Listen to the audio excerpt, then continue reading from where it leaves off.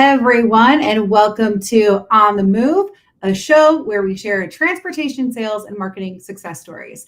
I am Jennifer Karpus-Romain, Executive Director of TMSA, a trade nonprofit educating and connecting marketing and sales professionals inside the industry. And we have been on summer break here on the Move, and now that our kids are back in school and we're getting back into the swing of all things, happy to kick off our show again here in September with our first guest, Noelle Taylor Dalton, who is VP of Sales and Marketing at Taylor Logistics.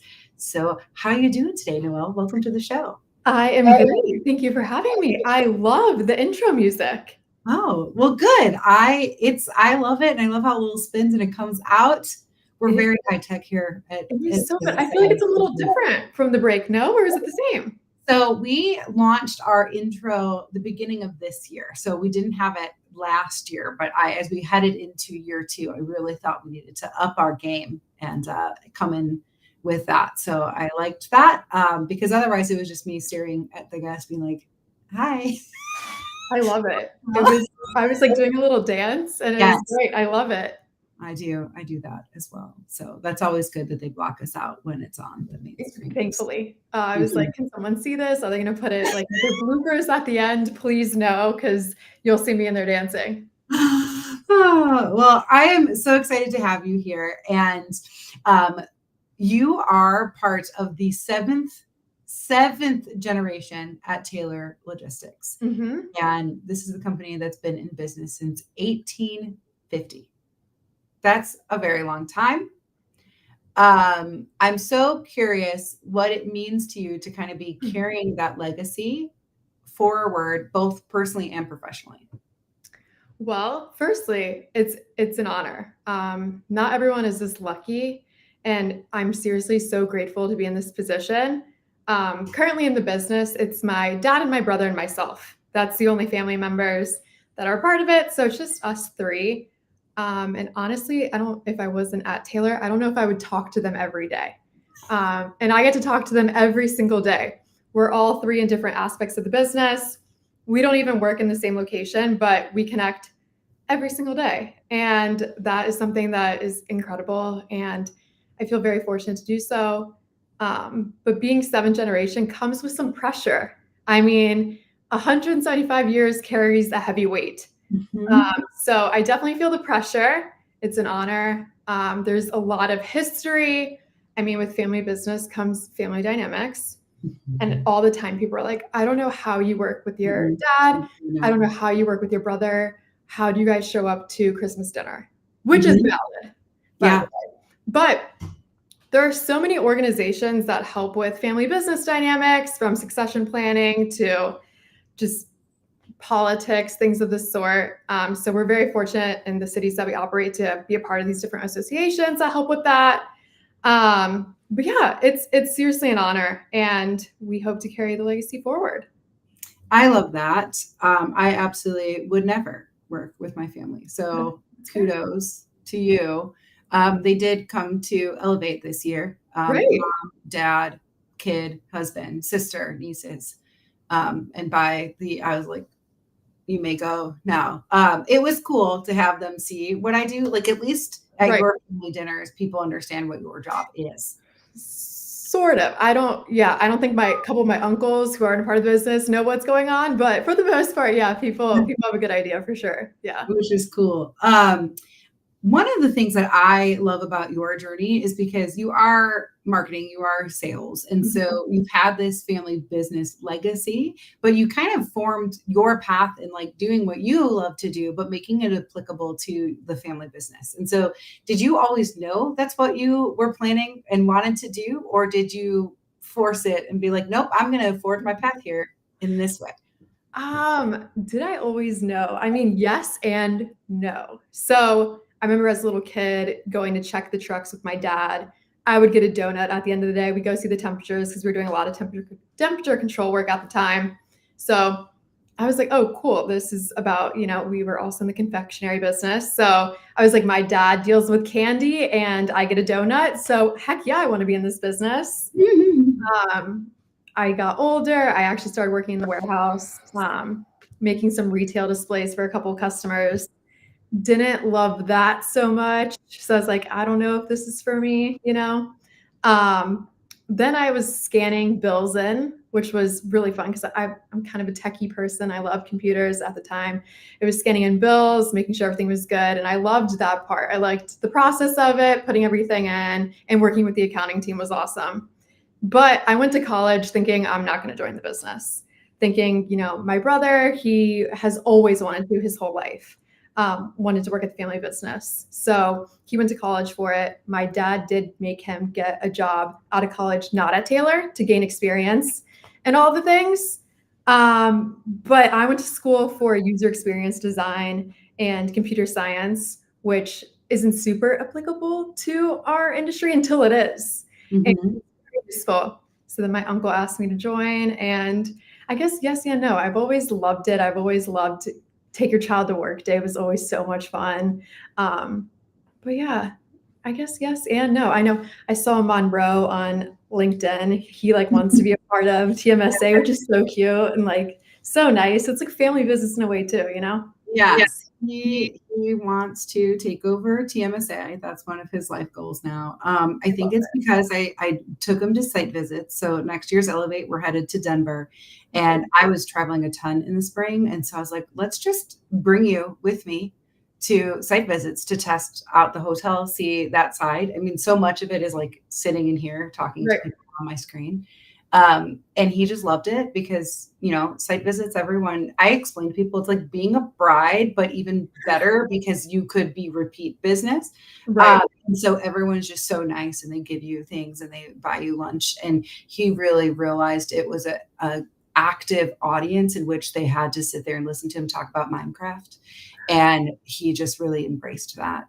So he loved it. But then after, and he was a champ, like we visited 6 different hotels when we were there in like 2 days. And so he really hung in there. And for an 8-year-old, that's pretty impressive. But he was at the end was like, how do you decide? Like everyone's so nice. I'm like, well, there's a few different things that you decide on. Like it's not just who the people are, but like what, you know, is it a good fit for your conference? Is it going to be good for your members? Is it, you know, thing. So but that was really cool. But yeah, it was, and he did come to conference. He's been to a couple of them now. It was cool having my nieces there too. They are the ones who stuff the name badges every year, and they eat for $20 from Aunt Jen to stuff those name badges. And this year in Austin, then I took them to the really cool, like funky art store that was right by conference. And so they got some cool, like music art stuff, keep Austin weird kind of stuff. So it is cool being able to bring in the kids and show them, you know, and I just loved that about like your story is you are the 7th generation, but no, you're not, you know, a driver or you're not these other parts of the business, but you made it work for what you love and fit it into that family business, which was really cool. Really well said. Thank you. Yeah, I seriously, I said in the beginning, but feel so lucky to be part of it because it's not something that I thought I would be able to do, but I'm so thankful that I am. And this industry is awesome. The people in it are awesome. And this organization is awesome. So very cool. So how do you then go about balancing honoring that family history with driving innovation in this modern logistics space? Right.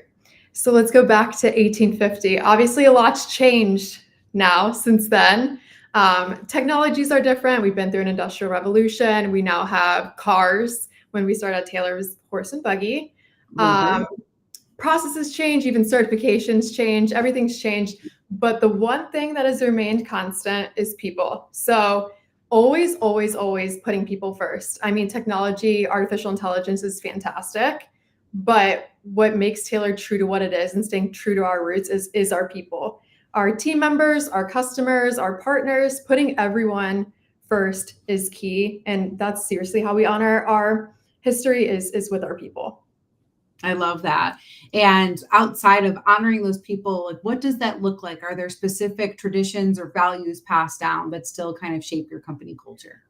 Our values have been the same for about 40 years. I mean, the way we go about them might be different. Safety is different 40 years ago than it is now, but that's still a value and always will be. One thing at Taylor that we've been doing for 30 years is Taylor turkey. Every single November, all of our team members get a turkey. They can either take it home and cook it for the family for Thanksgiving, or they can donate it. And we've been doing that forever, and people love it. They're like, get so excited for Taylor Turkey. People dress up as turkeys to get their turkey. And it's just been a whole thing. I would consider that a tradition. We stay true in our traditions, but yeah, that's a big one, is the Taylor Turkey. November's right around the corner, which is crazy. I feel like this year has flown by. I don't know if you feel like that, but we've already submitted our order for Taylor Turkey, and he'll be here before you know it. I like how into the turkey it seems that people get, that they dress up. That's unique and different for sure. And I mean, finding a good quality turkey around the holidays can be a real challenge. So I love that. It takes pressure off as a working mom who has to do all the things. I realized this morning that I have to make cupcakes later, and there's soccer practice tonight. If I didn't have to worry about where the main meal was coming from, that would be a great help for that kind of thing. So awesome. Right. People seem to really like it, and we'll continue to do it for as long as everyone still enjoys. So yeah. Cool. So Taylor Logistics describes itself as not your typical 3PL. So what really sets you guys apart from the market? That is a good question. A lot of logistics or 3PL providers do like one piece of the supply chain puzzle. So they might be a freight broker, they might have a fleet, they might do warehousing. They kind of just stick in one area, which is awesome. We've been around for so long that we've kind of adapted our business to meet the needs of our customers and add all these different services. So now we have cold storage, we do direct to consumer, we have a fleet, doing North American freight services, drayage, kind of all the things under one roof. So our customers don't have to call on 5 different people to get, their supply chain together. It's all under one roof, one team.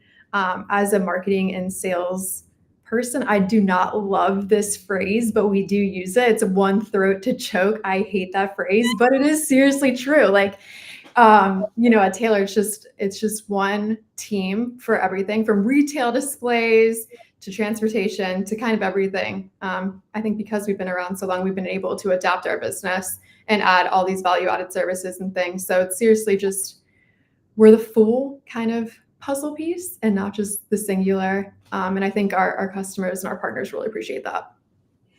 I think that makes sense. I mean, you guys have been in business for such a long time, really adapting and changing to the market, making sure that you are keeping up the pace, you're understanding the technologies, you're changing strategies and things like that.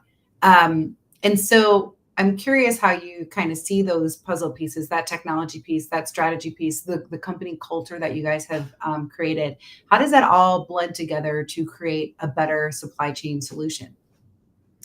So I think when these things aren't in silos, that's when the magic sauce really happens. These things all have to happen together. So the technology piece, you have to have good strategy behind it. I'm all about not implementing tech just to have tech, like not just making it flashy, robotics, things of the sort. It has to work. There has to be clear strategy behind it.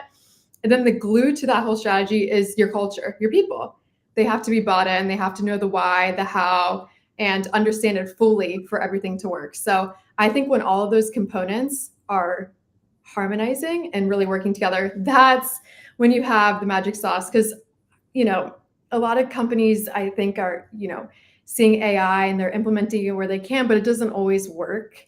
So having that strategy, having that human component, I think is huge. I agree. I think all too often it's, oh, there's this new cool flashy thing and we want it, but how does that fit into the purpose of your overall business goals? How does it make your people more efficient? How is it helping them execute in a different way? How is it securing your information, making things adaptable and safe, Right. And so I feel like too often we get distracted by those, shiny things. And then we don't really think about how we're putting it all together in that big puzzle. So, and I saw, especially, back before I worked at TMSA, I worked at a tech vendor. Mm-hmm. And a lot of times we would see people that would come to us and ask us for help with their implementation or maximizing the use of their software because they bought it without really understanding the value of that. Or they're like, okay, and now we have to prove the ROI on this, or we're paying this, big price tag for the new flashy model. We don't understand, why we did that. So, Right. If you are making those investments, know exactly what you're trying to invest in and why. 1,000%. And I think the same is true on integrations. I feel like let's integrate everything into one hub, one dashboard, seamless, easy said, done. Like, let's really take a step back. Does this make sense? I know having all of your systems talk to each other sounds like a fabulous and great idea, but what happens if that system goes down? Everything's down.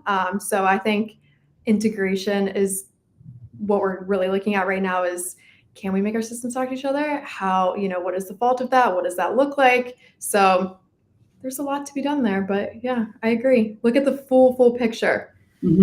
Yeah, and with those integrations, know which way you want your information to sync and Right. how much information. Like, Yeah. there's so much value in shared data, but there's just people in parts of your business that don't need to know every bit of information. And so making sure, okay, we're giving you what you need to be successful, but we're, keeping this in, and also who can like edit that type of information. Because you definitely want someone like outside of your billing department to be able to make edits accident to billing and things like that. Get real hectic. And cybersecurity and just supply chain security in general is such a hot topic right now. And there's all these different scams and things and people hacking into networks and EDI and API going down that, having a centralized network, is it really that safe? So something to think about. Yep. And really, making sure that you are putting proper safety protocols and that you're training your team. Right. And so I feel like that's really important too. We talk about, tech advancements and all the things it can do, but there's still people that need to operate those systems and making sure that they have the best practices and they need to know what to do. And if things, do look questionable, then what should they do? Like, who do they call? What do they do? What's that process? That documentation around those things, huge. Right. Completely agree. And so that's obviously a really big issue, a lot of things that we're talking about right now. But are there any other industry shifts or trends that you find really exciting or even really challenging right now? AI is like fascinating and terrifying all at the same time. I don't even know what to make of it. I think for marketing and sales professionals, it can make us more efficient. There's a lot of value there, but it also is kind of scary in some ways, the way that it takes things. And am I talking to a person? Is there someone behind this message, XYZ? So that's kind of scary, but also awesome. I know autonomous things that's exciting as well. But again, also a little kind of hesitancy there with some of those things. I think in the industry now, I don't know, Merriam-Webster, I think, puts out a word of the year. And I don't know if the word of the year is going to be disruption or potentially tariff, but those seem to come up quite a bit. So it's just a lot of, not disruption, uncertainty, I think is a key word there. But I don't know, there's a lot of uncertainty for a lot of people in a lot of industries. Our customers are facing uncertainty. It's just, there's a lot going on. There's a lot of pieces to the puzzle that need some answers. So we're doing our best to pivot and create new solutions and just really be a good partner for our customers. So I don't know, there's just a lot going on, a lot of unknowns. And I think that makes it a little scary at times. I would agree. And like, we want to be there for our customers. We want to be as transparent as we can on what we're doing and how we're doing it. But with things being uncertain and unknown, then there's question marks, and you're like, how much do we share? How much do we pivot, as we wait for some of this information to come down or some of this legislation to, like, is it actually going to go through or is it not? There's so much regulation that we have to wait and see how it goes, and be able to adapt to what's happening. And it can move fast, and then sometimes not at all. So it gets spelled out and you're like, okay, then what now? We're hearing a lot of, okay, this is on pause, this is on pause, this is on pause. And there's no, timeline for when potentially it would come back, or, maybe RFPs, massive RFPs that were put out to bid are no longer an option and they're on pause or whatever. So it's just, rolling with the punches, being adaptable, And I think transparency and communication are going to be driving forces moving forward. Mm-hmm. I agree. And I definitely think because of all, yes, like we said, there's a lot of unknowns, there's a lot of uncertainty. And if we can be that voice of knowledge and transparency with our customers, that is so important. If we're like, hey, this is what's going on, and this is our interpretation of it, this is how we're following, this is what we're doing to grow with the market or grow with your needs, all of that's going to be very prevalent for our customers. 1,000%. Market updates, providing any kind of data you can, forecasting, any of that is super, super helpful. Sharing any legislation that's gone in, any tidbits that you can share with customers, they genuinely appreciate it. So we've been providing them with that. Excellent. So we at TMSA like to provide a lot of insights coming up here in October at our Executive Summit. Very high level things catered to that executive leadership. You're going to be attending your first TMSA Executive Summit this year after missing Elevate because you went ahead and got married, which is why you're Noelle Taylor Dalton now. Congratulations. If there's a reason to miss Elevate, I guess getting married is an excuse. But I stood firm that you could have brought your wedding dress, and I could have just married you there. Awesome. Yeah. And yes, I even think I told you, like, in Ohio, I can officially. Right. You did. Yes. In case you need it. Not that we were in Ohio, but that would have been really funny. So I am excited to have you there. I remember we were talking about it and you said, you're really looking forward to it. It's your first one. So why are you so excited to attend your first Executive Summit? Well, I've talked to a couple of fellow TMSA members and they gave it so much praise. They said it's such a good event. I love that it's like 2 days, jam-packed agenda. And it's, like you said, more high level. And I think it's a smaller group than Elevate, if I'm not mistaken, which I appreciate. And I'm looking forward to connecting with some of my peers, seeing them after I didn't see them at Elevate, and seeing them in Chicago, which I'm very excited about. And just the agenda topics really stuck out.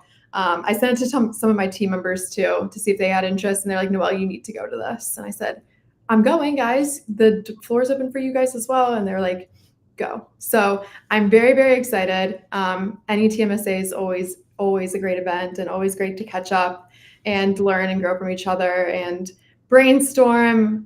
We're all in this industry and we're all kind of competitors in a way, but it's seriously such a good camaraderie and what everyone's doing and always good to catch up. Absolutely. And for our listeners, we are offering a 10% discount. You can scan this QR code. I realize now this image of this graphic is very small, so I'm going to pop this up on the screen. Mm-hmm. You can use this code and get more information about Executive Summit if you go to events.tmsatoday.org. Move to Summit 10. So I am so excited to have you at Executive Summit. And yes, Executive Summit is geared towards that higher level. We have Nicole Glenn is our opening keynote this year. She is talking about, leading in turbulent times and disruption. And then we have Anthony Pignato at Mohawk Global talking about how to thrive in a global trade environment. And we have a shippers panel that is featuring shippers from Google, Mitsubishi Power, and Kiki Distributors. It's really powerhouse. We have a panel about commercial growth. Like you said, it's a really short event. So it starts on October 22nd. We have workshops to kick off. Then we have our cocktail reception at night that includes our Mountain Mover Award program. And then we just have all day, and then you wrap up before 4 p.m. and you can head home, or you can do some after hour stuff, which we'll be announcing some optional networking and stuff soon. So it's really exciting. It is a smaller group. Normally we have about like 60, 70 people. So it is a small group getting together. We've gotten feedback from that level of executive that they like to keep it small and they like to be able to be in a room together and being able to share ideas. So excited for that. I'm curious how you see events like the Executive Summit or like Elevate in the that you've been to in the past play a role in your professional growth and in your growth at Taylor Logistics. I attended my first TMSA event in 2018. and I had just joined the industry. And since then, I have friends. I feel like I have a cohort. I have leaned on so many TMSA members for questions and ideas and brainstorming. And I seriously thank TMSA for all it's done for me, because I've called on people like Eileen for different things and Mike at SPI Logistics. Folks like that have really, really been so helpful, and everyone is so kind. And like I said previously, we are kind of all competitors at some stage in life, but we're all sharing ideas, mentorships. I've had some great mentors from TMSA, friends. It's been seriously awesome. Mike has even come to my husband's bar in NYC. So it's just been seriously such a great organization. Everyone is so kind. I think the word community really sticks out to me when I think of TMSA. It is such a good community. We have a Slack channel, which I love, because I'm like, is anyone else experiencing HubSpot issues? And everyone's like, yes, what happened? So that was fun and sharing. So I think, when I started at Taylor, we didn't have much of a marketing department. We were kind of building from the ground up. I didn't have many coworkers in this department. And so really leaning on a cohort like TMSA was so incredibly helpful then and is still now. So it's so appreciated. Every event that TMSA puts on, from webinars to in-person events like this. I know they've even done things in New Jersey with the Arizona bottling tea.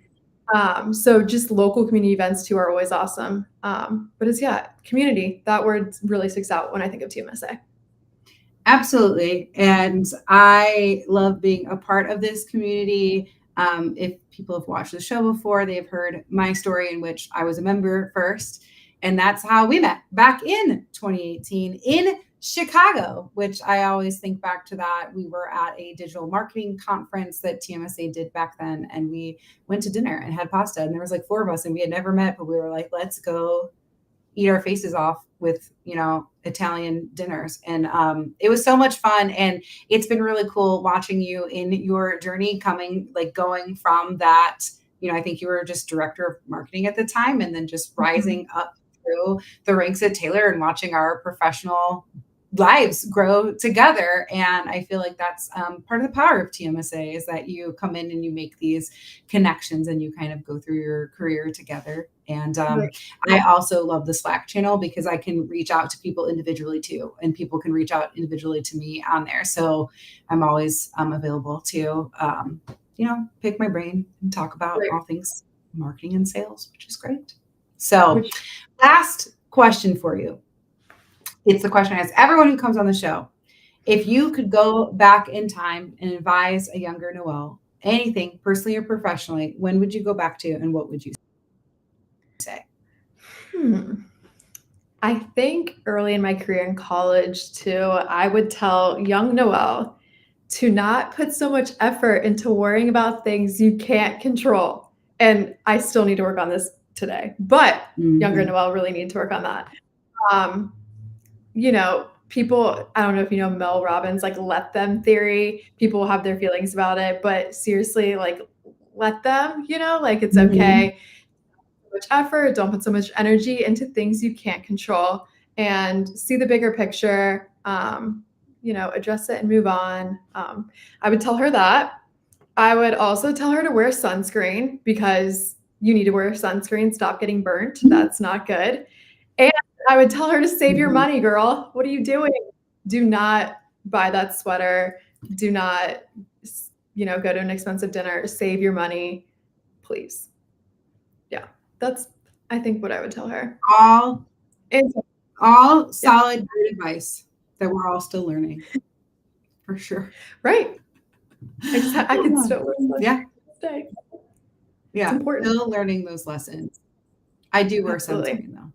So I wear sunscreen every day. Well, thank you so much. Yeah. Thank you for coming on the show and for joining us at Executive Summit. If you want to catch our episode next week, we are talking to Andrew Silver, who will be the moderator for our shippers panel. And so excited to chat with him. and excited to have you both at Executive Summit. Just a reminder, in case you didn't catch earlier, we do have a special 10% discount code for listeners of the show. And that is going to be, I will pop it up again, Move to Summit 10. So thank you, Noelle, for coming on the show and being such a good support system here at TMSA. We appreciate all that you do here and excited to see you in Chicago in October. Sounds good. Thank you so much for having me. Appreciate it. I will catch you guys next week.